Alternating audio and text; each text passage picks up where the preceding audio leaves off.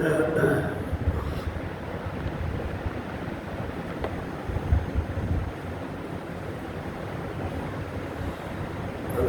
لله وكفى وسلام على عباده الذين اصطفى والصلاة والسلام على من لا نبي بعده وعلى آله وصحبه ومن تبعهم أما بعد أعوذ بالله السميع العليم من الشيطان الرجيم بسم الله الرحمن الرحيم من جاء بالحسنة فله خير منها وهم من فزع يومئذ آمنون ومن جاء بالسيئة فكبت وجوههم في النار هل تجزون إلا ما كنتم تعملون إنما أمرت أن أعبد رب هذه البلدة الذي حرمها وله كل شيء وأمرت أن أكون من المسلمين وأن أتلو القرآن فمن اهتدى فإنما يهتدي لنفسه ومن ضل فقل إنما أنا من المنذرين. جو شخص بھلائی لے کر آیا اس کے لیے اس سے بہتر بدلہ ہے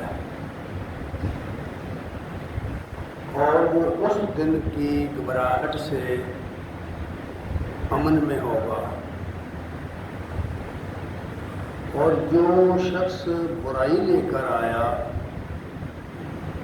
وہ اپنے اونڈے منہ جہنم کی آگ میں ڈال دیا جائے گا. نہیں بدلہ دیے جاؤ گے تم مگر اسی چیز کا جو تم کرتے رہے ہو.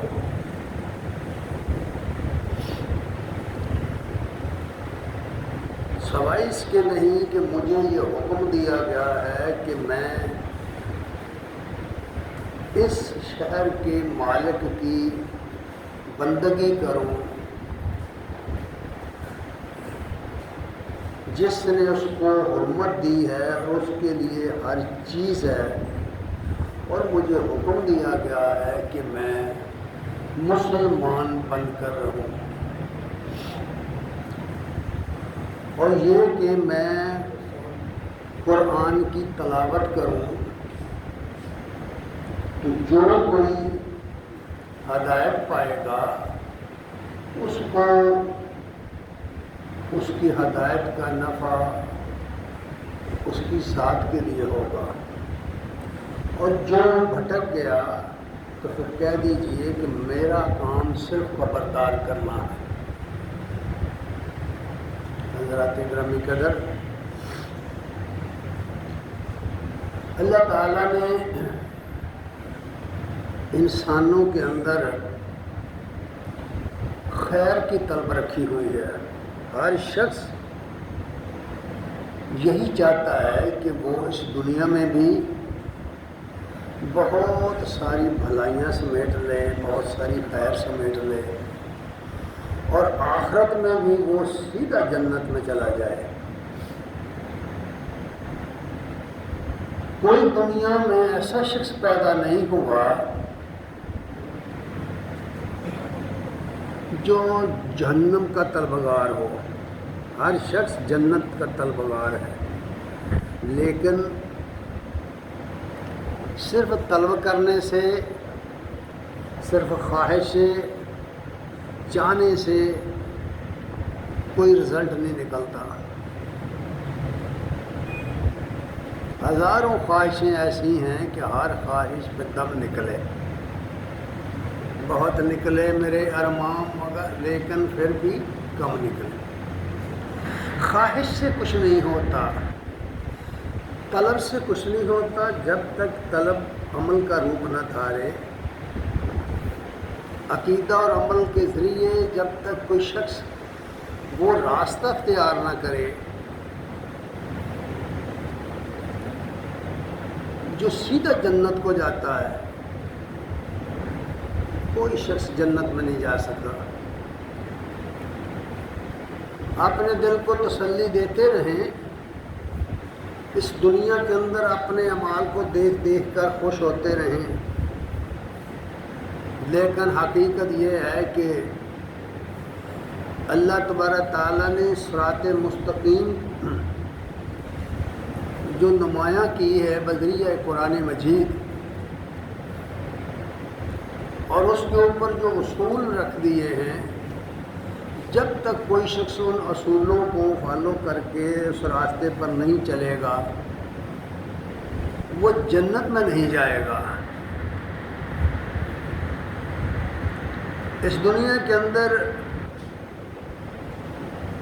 جو شخص بھلائی کرے لیکن اللہ کے لیے نہ کرے، آخرت کے لیے نہ کرے، تو اللہ تعالیٰ اس کا اجر اس کو اس دنیا میں نپٹا دے گا، اور جو شخص برائی کرے گا اس دنیا میں بھی وہ اس کی سزا پائے گا اور آخرت میں بھی جہنم رسید ہوگا۔ قرآن مجید نے ہمیں یہی خبر دی ہے، اور وہاں جو کچھ ملے گا، جنت ملے یا جہنم ملے،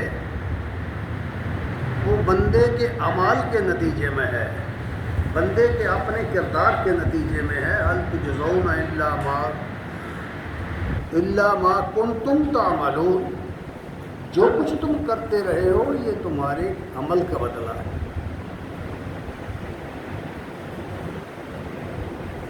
اس لیے اللہ تبارک تعالیٰ نے نبی کریم صلی اللہ علیہ وسلم کو حکم دیا کہ مسلم بن کر رہو، اور آپ نے اپنے اسلام کا اعلان کیا۔ قرآن میں بارہا یہ بات آئی ہیں، آیات آئی ہیں، اور آپ نے یہ بھی بیان کر دیا بذریعہ قرآن کہ میرا کام قرآن پڑھ کر سنا دینا، یعنی اللہ کا پیغام دے دینا اور لوگوں کو خبردار کر دینا ہے۔ اور لوگوں کو جو ان باتوں سے خبردار کیا گیا ہے قرآن مجید کے ذریعہ، یہ جو فرمایا ہے کہ وَأَنْ أَتْلُوَ الْقُرْآنَ، اور مجھے یہ حکم دیا گیا کہ میں قرآن کی تلاوت کروں، قرآن پڑھ کر لوگوں کو سناؤں۔ قرآن پڑھیے، قرآن سنیے، قرآن کو اوڑھنا بچھونا بنائیے، قرآن ہی کے دامن کو پکڑ لیجئے، قرآن ہی راہ نجات ہے بھائی۔ تو جو بات خیر کی بتائی ہے وہ خیر کا پہلا قدم کیا ہے؟ جنت کے راستے پر چلنے کے لیے پہلا سٹپ کیا ہے؟ سب سے پہلا دین اسلام کی عمارت جس بنیاد پر استوار کی گئی ہے وہ کیا ہے؟ قرآن مجید نے اور نبی کریم سے سنے اپنے احادیث میں ان باتوں کو بڑی تفصیل سے بیان کیا ہوا ہے۔ آج میں نے اس آیت پر عمل کرتے ہوئے ان اطلب القرآن، مجھے حکم ملا ہے کہ میں قرآن کی تلاوت کروں، قرآن پڑھ کر سناؤں، یہی کروں گا۔ خیر کا پہلا قدم ارشاد ہوتا ہے قُلْ تَعَالَوْا أَتْلُ مَا حَرَّمَ رَبُّكُمْ عَلَيْكُمْ أَلَّا تُشْرِكُوا بِهِ شَيْئًا، اے نبی ان سے کہہ دو آؤ میں تمہیں قرآن پڑھ کر سنا دوں، اللہ کا پیغام سنا دوں کہ تمہارے رب نے تمہارے اوپر یہ بات حرام کر دی ہے کہ تم اس کے ساتھ کسی چیز کو شریک ٹھہراؤ۔ اس کے ساتھ کسی کو شریک ٹھہراؤ۔ شریک کیا ہے؟ شرکت کیا ہے؟ کسی فعل میں، کسی کام میں، کسی چیز میں باہم مل جل کر کرنا، مل جل جانا، شرکت کرنا۔ یہ جائیدادوں میں شرکت، یہ کاموں میں شرکت، یہ مختلف قسم کے زندگی کے امور میں شرکت۔ اس شرکت کے معنی سے ہر شخص باخبر ہے۔ اللہ تعالیٰ کے ساتھ کسی چیز کو شریک نہ ٹھہرانے کا جو حکم ہے، اسے بہت آسانی کے ساتھ 4 پوائنٹ میں سمجھ لینا چاہیے۔ 4 پوائنٹ، صرف 4، لمبی چوڑی تشریح نہیں ہے۔ سب سے پہلے اس کی ذات میں کسی کو شریک نہ ٹھہراؤ۔ اس کی ذات میں، وہ اللہ الصمد ہے، اس کی ذات میں کسی کو شریک نہ ٹھہراؤ۔ وہ قل هو اللہ احد ہے، اس میں احدیت ہے، اس میں ایسا نہیں ہے کہ وہ کسی چیز سے مرکب ہو، ایسا بھی نہیں ہے کہ وہ اس میں کوئی شے داخل ہو سکے یا نکل سکے، ایسا نہیں ہے۔ یہ جتنے عقائد ہیں کہ فلاں شخص کے روپ میں اللہ آیا ہے، وہی جو عرش پہ تھا مستوی ہو کر اتر پڑا مدینے میں، وہی جو عرش پہ تھا خدا ہو کر اتر پڑا مدینے میں مصطفیٰ ہو کر، یہ شرک فی ذات ہے۔ شاعر نے کہا یہ ہے کہ جو عرشوں پر رہتا تھا نا اللہ، وہ مصطفیٰ صلی اللہ علیہ وسلم کی صورت میں زمین پر آ گیا ہے۔ یہ اتنا بڑا شرک ہے، شرک فی ذات، بالکل وہی شرک جو عیسائیوں نے کیا تھا۔ عیسیٰ علیہ السلام کو یسوع خداوند کہہ کر جو کیا ہے، جو انہوں نے کہا ہے کہ ابتدا میں کلام تھا، کلام خدا کے ساتھ تھا، اصل میں کلام ہی خدا تھا۔ انجیل میں یہ لکھا ہوا ہے۔ تو اللہ تعالیٰ اپنے ہر لحاظ سے دنیا کی چیزوں سے الگ ہے۔ یہ دنیا جو اس نے بنائی ہے، اس میں جتنی چیزیں ہیں آسمانوں سے لے کر زمین تک، اور اس کی وسعتوں میں جو چیز آپ کو نظر آتی ہے اللہ کے سوا وہ مخلوق ہے۔ اس کا اللہ کی ذات کے ساتھ جو تعلق ہے وہ مخلوق کا تعلق ہے، تخلیقی تعلق ہے، تولیدی تعلق نہیں ہے۔ ایسا نہیں ہے کہ اللہ کے اندر سے کچھ نکلی ہے۔ یہ جو نور من نور اللہ کے نعرے لوگ لگاتے ہیں، اس کے شرک ہونے میں ایک ذرہ برابر شک نہیں ہے، ذرہ برابر، بالکل وہی شرک ہے جو عیسائیوں نے کیا ہے۔ الکلمۃ من کلام اللہ کا شرک عیسائیوں نے کیا، النور من نور اللہ کا شرک مسلمانوں نے کیا۔ اس کو شرک فی ذات کہتے ہیں۔ جتنی چاہیں کتابیں کھولیں اور پڑھیں، یہ شرک فی ذات، کسی چیز کو اللہ کی ذات میں شریک نہ ٹھہراؤ۔ دوسرا شرک ہے اس کی صفتوں میں شرک۔ جو صفت اللہ کی ہے وہ کسی انسان کے اندر نہیں ہے، کسی فرشتے کے اندر نہیں ہے، کسی نبی ولی بزرگ کے اندر نہیں ہے۔ یہ سب کے سب اس کی مخلوق ہیں، اور اللہ تعالیٰ کی عنایت سے یہ مرتبے ان کو ملے ہوئے ہیں۔ ان کی ایک حد ہے، اس حد سے آگے نہیں جا سکتے۔ اللہ تعالیٰ کی ذات پاک ہے، منزہ ہے ان ہر قسم کی چیزوں سے، ہمیشہ سے ہے، ہمیشہ رہے گا۔ دنیا میں آنے والی کوئی چیز، کوئی انسان، کوئی مخلوق نہ ہمیشہ سے ہے نہ ہمیشہ رہے گی۔ ہر مخلوق کا مقدر موت ہے۔ انبیاء آئے، موت کے دروازے سے چلے گئے، اور کل قیامت کے دن اٹھ کر آئیں گے، قیامت کے دن زندہ ہوں گے۔ اسلام کا جو عقیدہ آخرت ہے، اس میں قطعاً اس بات کی گنجائش نہیں ہے کہ بلے شاہ ایسا مرنا نہ ہی گور پیا کوئی اور، قطعاً یہ بکواس ہے، جھوٹ ہے۔ جو مرے گا وہ مرے گا، اور مرنے کے بعد زندہ ہوگا۔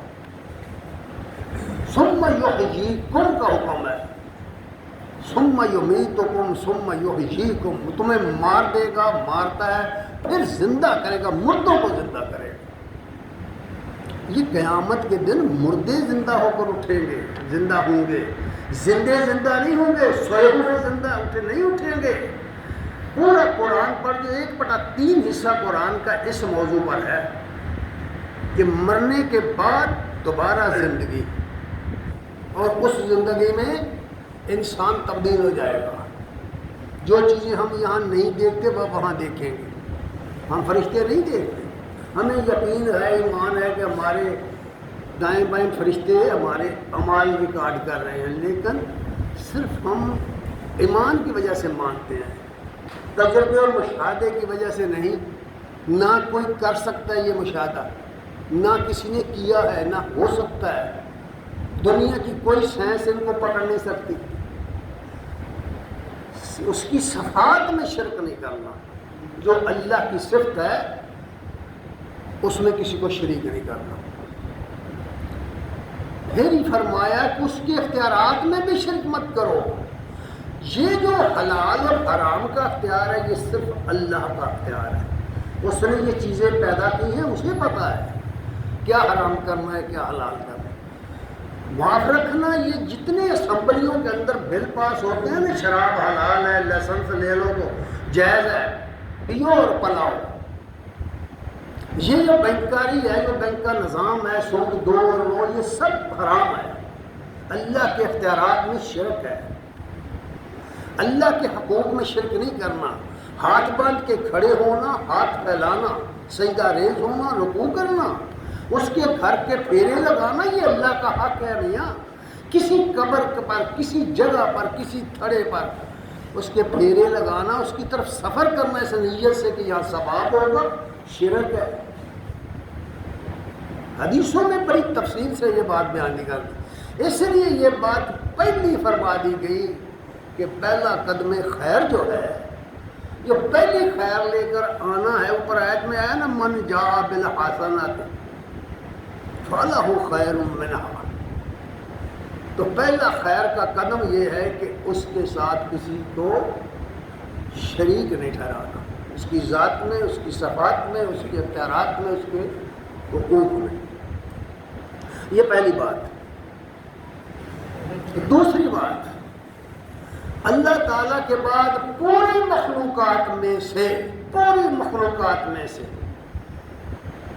یہ حق اللہ نے دیا ہے والدین کو، انشکر لی ولوالدیک، فرمایا میرا شکر کرو اور اپنے ماں باپ کا۔ پورے قرآن میں یہ کہیں نہیں ہے کہ والدین کے سوا کسی اور بزرگ کا شکر ادا کرو، کہیں نہیں ہے۔ آپ اندازہ نہیں کر سکتے یہ کتنی بڑی بات ہے۔ فرمایا انشکر لی ولوالدیک، اپنے والدین کا شکر کرو، اور یہاں دوسرا سٹیپ یہ بیان کیا بالوالدین احسانا، اور والدین کے ساتھ احسان کرنے کا پہلا سٹیپ، پہلا قدم یہ ہے کہ اے میرے رب، ان دونوں پر اس طرح رحم کر، اس طرح مہربانی کر جس طرح انہوں نے شفقت اور مہربانی سے مجھے پالا ہے۔ رب ارحمہما کما ربیانی صغیرا، اپنے دل میں ذرا جھانکو، دیکھو، اپنے عمل کو دیکھو، صبح شام دیکھو، کبھی تم نے اپنے ماں باپ کے لیے یہ دعا کی ہے؟ یہ پہلا سٹیپ ہے۔ جو شخص اپنے والدین کے لیے یہ دعا نہیں کرتا کہ اے میرے رب، جس طرح انہوں نے شفقت، محبت اور پیار سے مجھے پالا ہے، اس طرح تو ان پر شفقت اور رحمت نازل فرما۔ اگر کوئی شخص یہ کام کرے گا تو اگلا راستہ آسان ہو جائے گا، اس کی تربیت ہوگی، وہ اس راستے پہ چل پڑے گا۔ جو یہی نہیں کرتا، پوری زندگی نہیں کرتا، کبھی خیال ہی نہیں آیا، کیا سمجھے آپ؟ کیا حق ادا کیا اس نے والدین کا؟ کون سا احسان کیا اس نے والدین کے ساتھ؟ نبی صلی اللہ علیہ وسلم نے فرمایا یاد رکھو، تمہارے رب کی رضا تمہارے باپ کی رضا میں ہے۔ ہمیں سمجھ نہیں آ رہی۔ فرمایا تمہاری جنت تمہاری ماں کے قدموں تلے ہے۔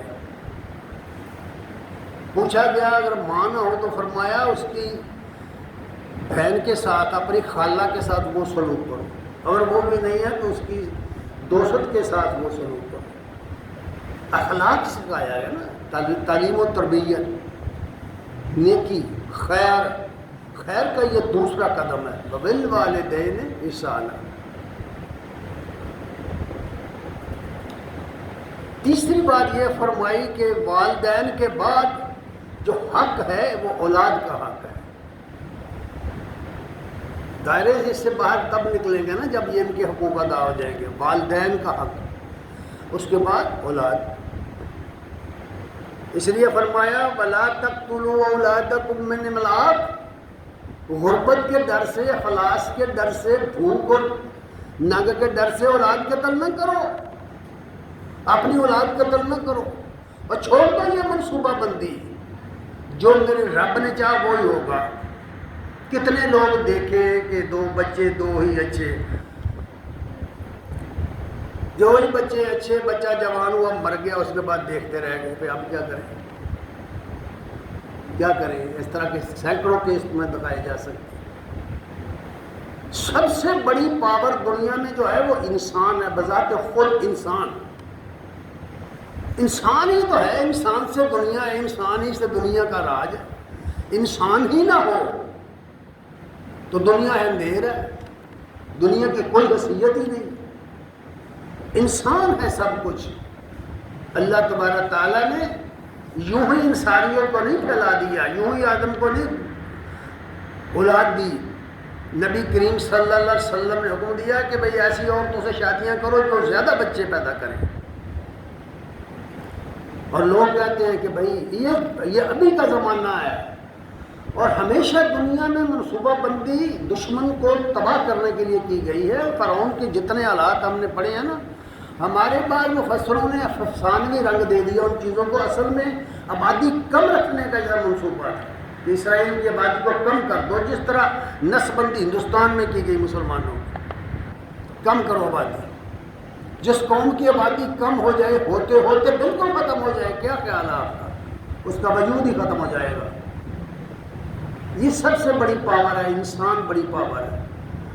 ہاں البتہ انسانوں کو تربیت کرو، ان کو انسان بناؤ، تعلیم دو، تربیت دو، انہیں ٹریننگ دو، جینے کی کا طریقہ سکھاؤ۔ اس لیے فرمایا اولاد کو غربت کے ڈر سے قتل نہ کرو، نحن نرزقکم، غور کرو ہم تمہیں رزق دے رہے ہیں، مطلب یہ کہ تمہارے رزق کے وسائل پیدا کر رہے ہیں، اسباب پیدا کر رہے ہیں، تمہارا کوئی کمال نہیں ہے، یہ اللہ کا کمال ہے۔ انسان کیا کرتا ہے؟ دیکھتے نہیں آپ، کھیتی باڑی کرتے ہیں نا لوگ، فصلیں بھی بوتے ہیں، بیج ڈال دینے کے بعد پھر کیا کر سکتے ہیں اگر بیج نہ ہوگے؟ بیج پیدا نہ ہو، کیا کرے گا کسان؟ اس کی دوائیاں ضائع گئی، اس کے بیج ضائع گیا، اس کی محنت ضائع جائے گی، چلے جی کھڑی ہو گئی فصل، بالکل تیار ہو گئی، اس کے بعد طوفان نے تباہ و برباد کر دی، کیا کر لو گے؟ تو معلوم ہو گیا نا کہ بھئی اصل میں وہ پیدا کرنے والا وہ اسباب مہیا کرتا ہے، ان اسباب کے ذریعے ہمیں رزق ملتا ہے، اس کے لیے ہمیں توجہ کرنی پڑتی ہے۔ اللہ کے رازق ہونے کا یہ مطلب نہیں ہے کہ آپ آرام سے بیٹھے رہیں، وہ آپ کے بھڑولے میں دانے ڈال دیں، یہ مطلب نہیں ہے۔ اس نے رزق پیدا کر دیا، جاؤ تلاش کرو، محنت کرو۔ پھر فرمایا وَإِيَّاهُمْ، اور ان کو بھی رزق خصوصی طور پر دیں گے۔ آپ جانوروں کا مشاہدہ کریں، جانوروں کا، آپ انسانوں کا مشاہدہ کریں، بچہ پیدا ہونے سے پہلے اس کے رزق کا انتظام ہوتا ہے۔ جانوروں کو دیکھ لیں، مادہ جانور کو دیکھیں، مادہ انسان کو دیکھیں، بچہ پیدا ہونے سے پہلے اس کے رزق کا انتظام ہوتا ہے۔ کس نے کیا ہے؟ یہی بات کہی گئی ہے کہ تمہیں بھی اور ان کو بھی ہم رزق دیتے ہیں، اس لیے افلاس کے ڈر سے اولاد قتل نہ کرو، ہاں البتہ محنت کرو، مشقت کرو، اپنے ذمے کی جو فریضہ ہے اسے ادا کرو، اپنا فرض ادا کرو، اور فرض ادا کر کے اللہ کے سپرد کرو۔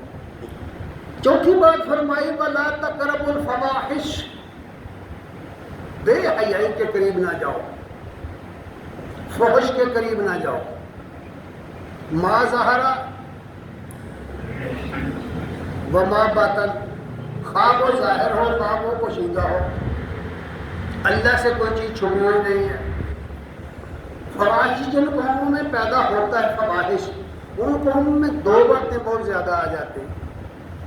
ایک موت کا خوف ان پر طاری ہو جاتا ہے، وہ مرنے سے بہت ڈرتے ہیں، اور ان کی زندگیاں مفلوج ہو جاتی ہیں، آبادی ان کی آہستہ آہستہ کم ہو جاتی ہے. یہ فواحش کا نتیجہ ہے جو پابندی منصوبہ بندی. یہ بے حیائی کے لیے لوگوں نے یہ تیار کیا، یورپ نے تیار کیا اس کو. اس پر اربہ روپیہ خرچ ہو چکا، اربہ روپیہ. اگر وہ اربہ روپیہ اس قوم پر لگا دیا جاتا تو آج مسائل شاید کم ہوتے. یہ اپنا اپنا نقطہ نظر ہے نا بھائی.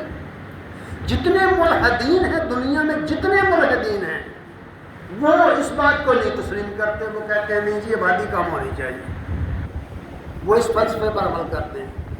لیکن جن لوگوں نے کی ہے، آج یورپ کے بعض ممالک کے اندر بچے پیدا ہونے پر انعام دیا جا رہا ہے، اتنی آبادی کم ہو گئی. چائنا کے اندر، روس کے، ہندوستان کے اندر یہ پچھلے دنوں مودی کا ایک بیان پڑھا گیا. اس نے کہا کہ یہ مسلمانوں کی تعداد بڑھ رہی ہے، ہر ہندنی کو بچے زیادہ پیدا کرنے چاہیے. اس لیے کہ دنیا میں اصل مقابلہ مین پاور کا ہے. اصل مقابلہ مین پاور کا. جس گھر کا ایک بچہ ہے نا، جس گھر کا یہاں ایک بچہ ہے، وہ اپنے تمام شریکوں سے ڈرتا رہتا ہے. جس کے زیادہ بچے ہیں وہ بڑا گردن اونچی کر کے چلتا ہے، تو اس کے پاس مین پاور ہے. اس لیے یہ فرمایا کہ بے حیائی مت کرو، بے حیائی کے قریب مت جاؤ، ظاہر ہو یا باطن ہو. یہ پوائنٹ ہیں میں نے جو بیان کیے ہیں، یہ وہ پوائنٹ ہیں جن کو اختیار کیے بغیر جنت نہیں ملے گی، یاد رکھنا. وَلَا تَقْتُلُوا النَّفْسَ الَّتِي حَرَّمَ إِلَّا بِالْحَقِّ، اس شخص کو قتل مت کرو جس کا قتل حرام ہے سوائے حق کے. حق یہ ہے کہ اگر کسی نے کسی کو قتل کر دیا تو قصاص میں اسے قتل کیا جائے گا. اگر کسی نے کسی پر ظلم کیا ہے، ڈاکہ ڈالا ہے، کسی کی عزت لوٹی ہے، جبر کیا ہے، اسے سزا دی جائے گی، اسے جیل بھیجا جائے گا، نکال دیا جائے گا معاشرے سے.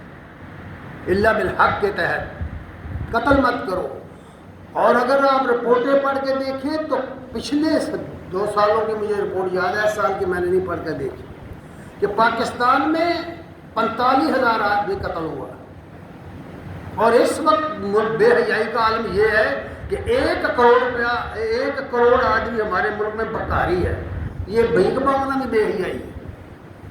یہ حالت قوموں کی تباہ کر دیتی ہے ان کو. اور لوٹ مار اور جو کچھ تباہی ہو رہی ہے نا، کرپشن ہو رہی ہے، اس کی تو رپورٹیں پڑھیں، آپ حیران ہو جائیں گے کہ کیا ہو رہا ہے، دنیا کس طرف جا رہی ہے. اور سب سے زیادہ پچھلے دنوں ایک رپورٹ شائع ہوئی ابھی اس ہفتے میں، جس میں کہا گیا ہے کہ پوری دنیا میں سے پاکستانی ڈاکٹر جعل سازی کرتے ہیں، نالائق ترین ہیں، اور دوائیاں لکھتے ہیں تو مرض کے مطابق ان کا نسخے نہیں ہوتے. یہ صورتحال ہے ہماری.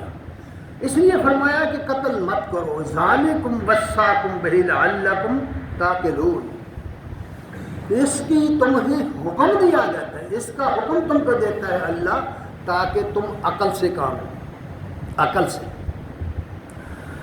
6واں پوائنٹ یہ ہے کہ وَلَا تَقْرَبُوا مَالَ الْيَتِيمِ، یتیم کے مال کے قریب مت پھٹکو، یتیم کے مال کے قریب مت پھٹکو. یتیم یہ بڑی مشکل زندگی ہے کسی یتیم کی. اگر آپ سمجھنا چاہیں تو نبی صلی اللہ علیہ وسلم کی زندگی کا وہ دور پڑھیں. 8 سال سے لے کر 16-7 سال کی زندگی جو نبی صلی اللہ علیہ وسلم کی، اس کو پڑھ کر دیکھیں. مورخین لکھتے ہیں کہ 8-10 سال کا بچہ ہے، 11-12 سال کا بچہ ہے، چھڑی اس کے ہاتھ میں، پاؤں اس کے ننگے ہیں، جسم کا پورا لباس نہیں ہے، صحرا کی شدید ترین گرمی میں بکریاں چرا رہا ہے.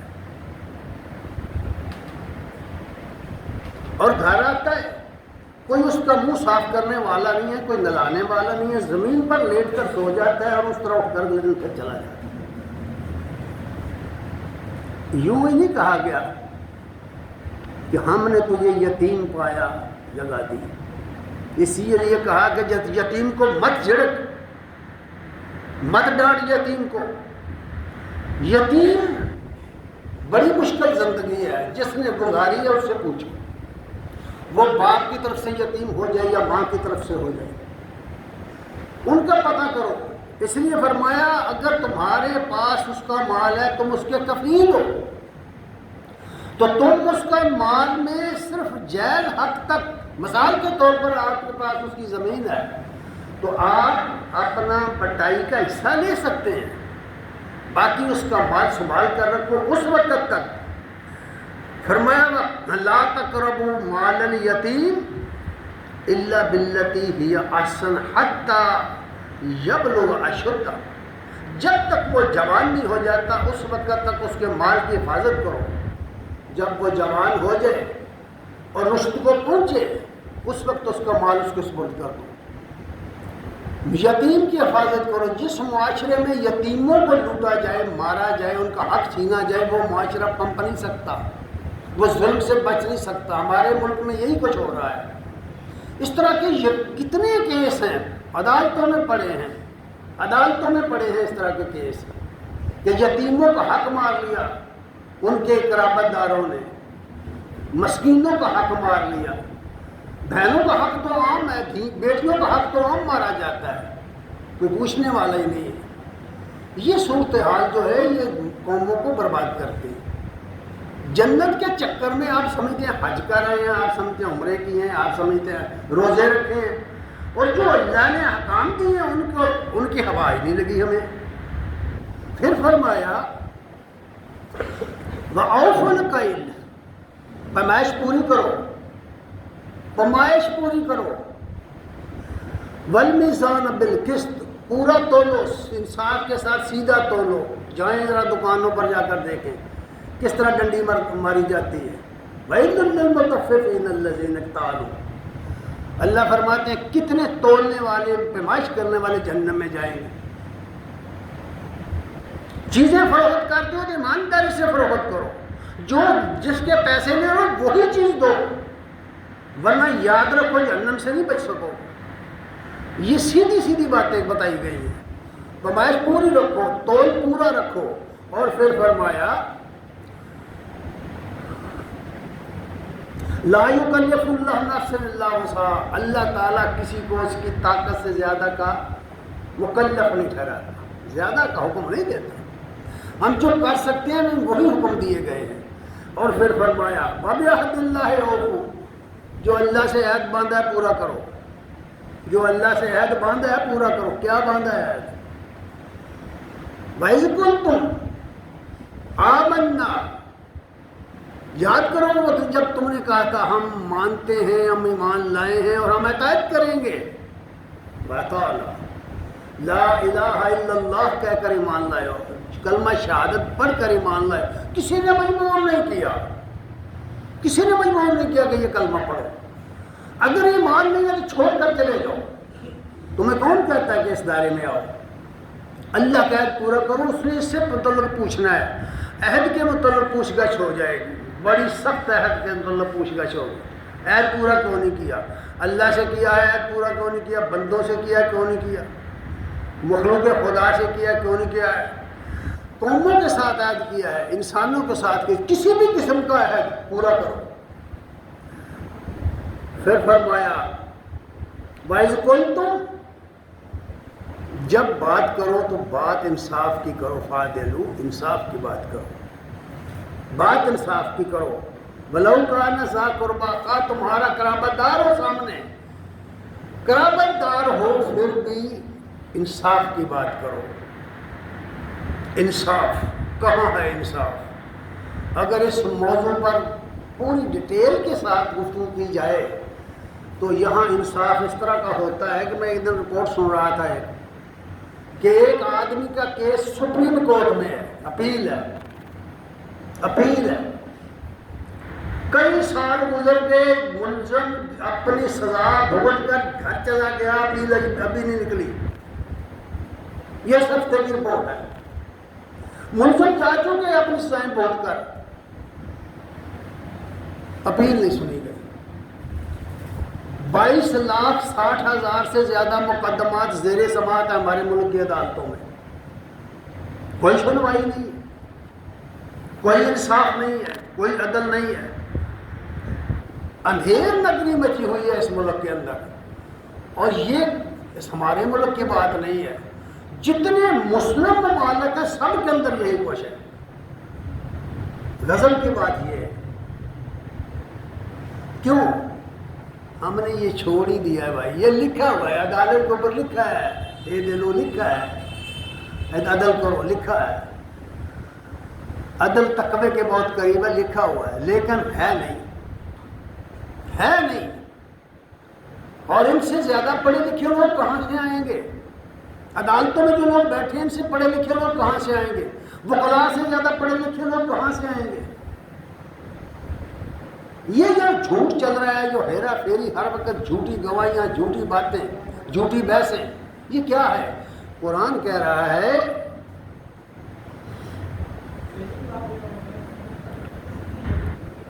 وَبِعَهْدِ اللَّهِ أَوْفُوا وَإِذَا قُلْتُمْ فَعْدِلُوا وَلَوْ كَانَ ذَا قُرْبَىٰ، عدل کرو، انصاف کرو، خواہ قرابت دار ہو، خواہ قرابت دار ہو۔ اگر ہم تاریخ کے واقعات بیان کریں تو ہماری تاریخ بڑی سنہری تاریخ ہے۔ صحابہ کرام کے حالات پڑھیں، خلفائے راشدین کے حالات پڑھیں، صدیوں پر محیط سلسلہ جو گزرا ہے مسلمانوں کا، اس کے ان زمانے کے حالات پڑھیں، آپ کو پتہ چلے کس طرح انصاف ہوتا تھا، کس طرح عدل ہوتا تھا، کس طرح حقوق، رعایا کے حقوق، عوام کے حقوق کو ملحوظ رکھا جاتا تھا۔ کہاں گئے وہ زمانے؟ اللہ کی آیت کو پورا کرو، وَذَٰلِکَ وَصَّاكُم بِهِ لَعَلَّكُمْ تَذَكَّرُونَ۔ اللہ تمہیں اس بات کا حکم دے رہا ہے کہ تم نصیحت میں آ جاؤ، ہوش کے ناخن لو۔ یہ 9 پوائنٹ میں نے بیان کیے ہیں، قرآن مجید میں سے کیے ہیں۔ سورہ انعام کی یہ آیات ہیں، سورہ انعام کی یہ آیات ہیں، ان کے اندر جو بات بیان کی ہے یہ وہ راستہ بتایا گیا ہے جو جنت کو جاتا ہے۔ اگر ہم جنت چاہتے ہیں تو یہ سارے کام کرنے پڑیں گے، اپنے اپنے دائرے میں، اپنے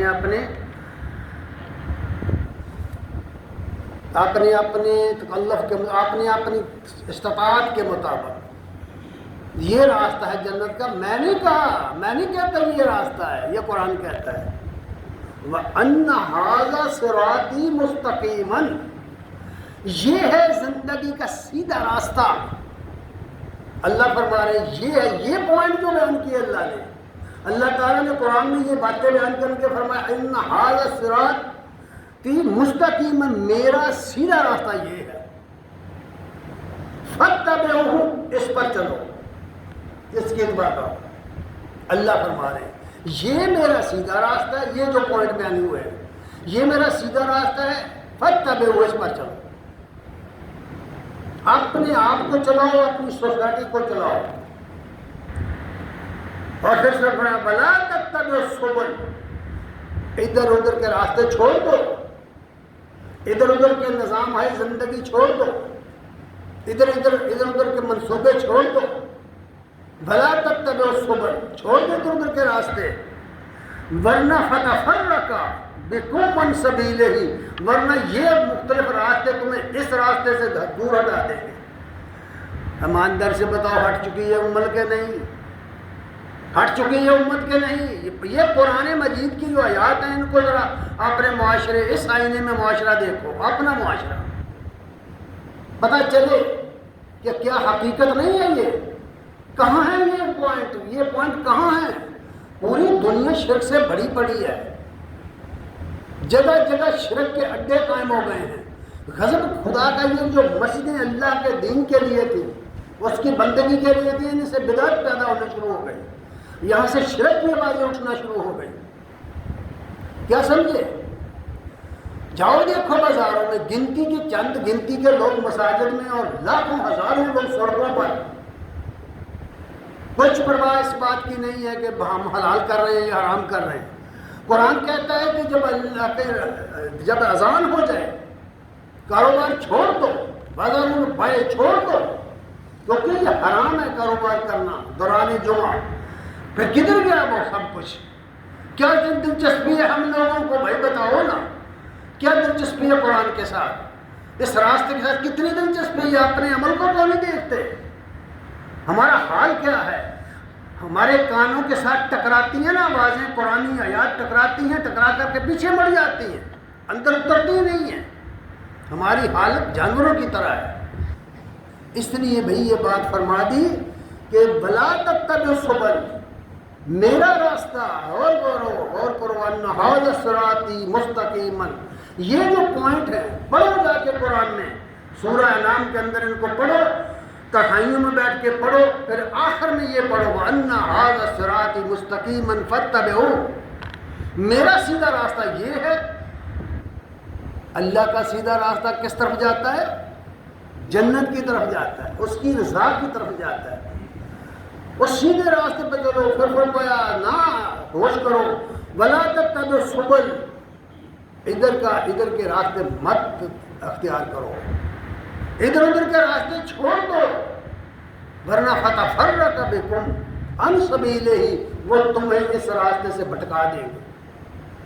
آج کیا ہو رہا ہے؟ یہی ہو رہا ہے نا، انسان بکتے ہیں یہاں اس ملک کے اندر، انسان بکتے ہیں اس ملک کے اندر، لیڈر بکتے ہیں اس ملک کے اندر، مولوی بکتا ہے اس ملک کے اندر، عالم بکتا ہے اس ملک کے اندر، ڈاکٹر، حکیم، وکیل بکتا ہے۔